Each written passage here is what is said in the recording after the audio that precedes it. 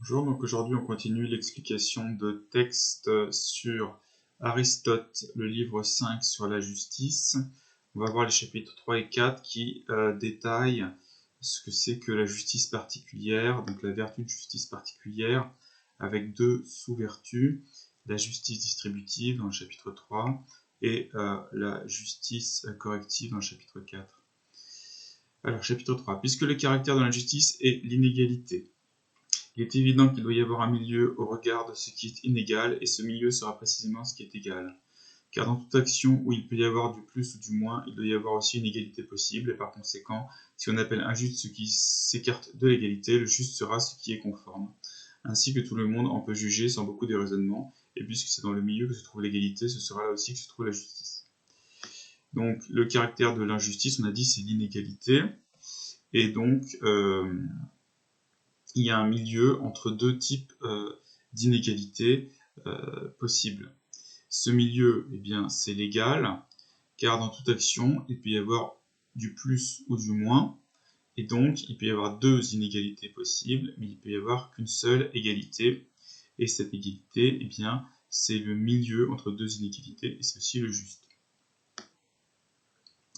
Alors donc, le juste comme égal doit se rapporter à deux termes, donc c'est deux termes qui sont égaux, mais il y a deux choses et il y a deux personnes dans la justice distributive, puisqu'on distribue des choses à des personnes, et donc il doit y avoir quatre éléments que l'on va comparer.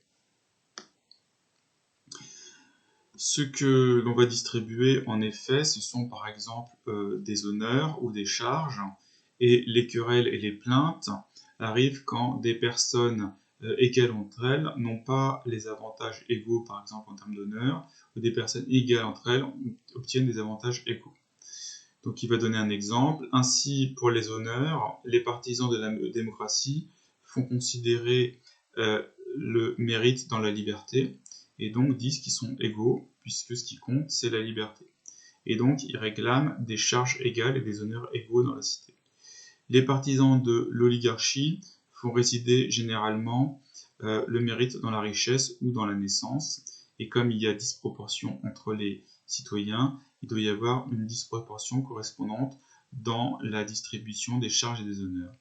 Enfin, les partisans de l'aristocratie font résider le mérite dans la vertu morale, et par conséquent, eh bien, il doit y avoir inégalité entre les citoyens, puisqu'il y a inégalité de vertu. Donc ce qu'on peut dire, c'est que la justice réside dans une proportion, et dans ce cas-là, c'est ce que les mathématiciens appellent la proportion géométrique, lorsque le rapport de A sur B est égal au rapport de C sur D. Par exemple, A et C, ce sont les choses, et B et D, ce sont les mérites des personnes.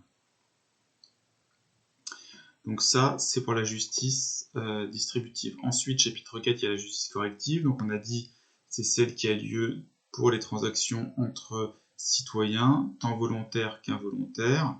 Et là, ce n'est plus une proportion géométrique, mais arithmétique.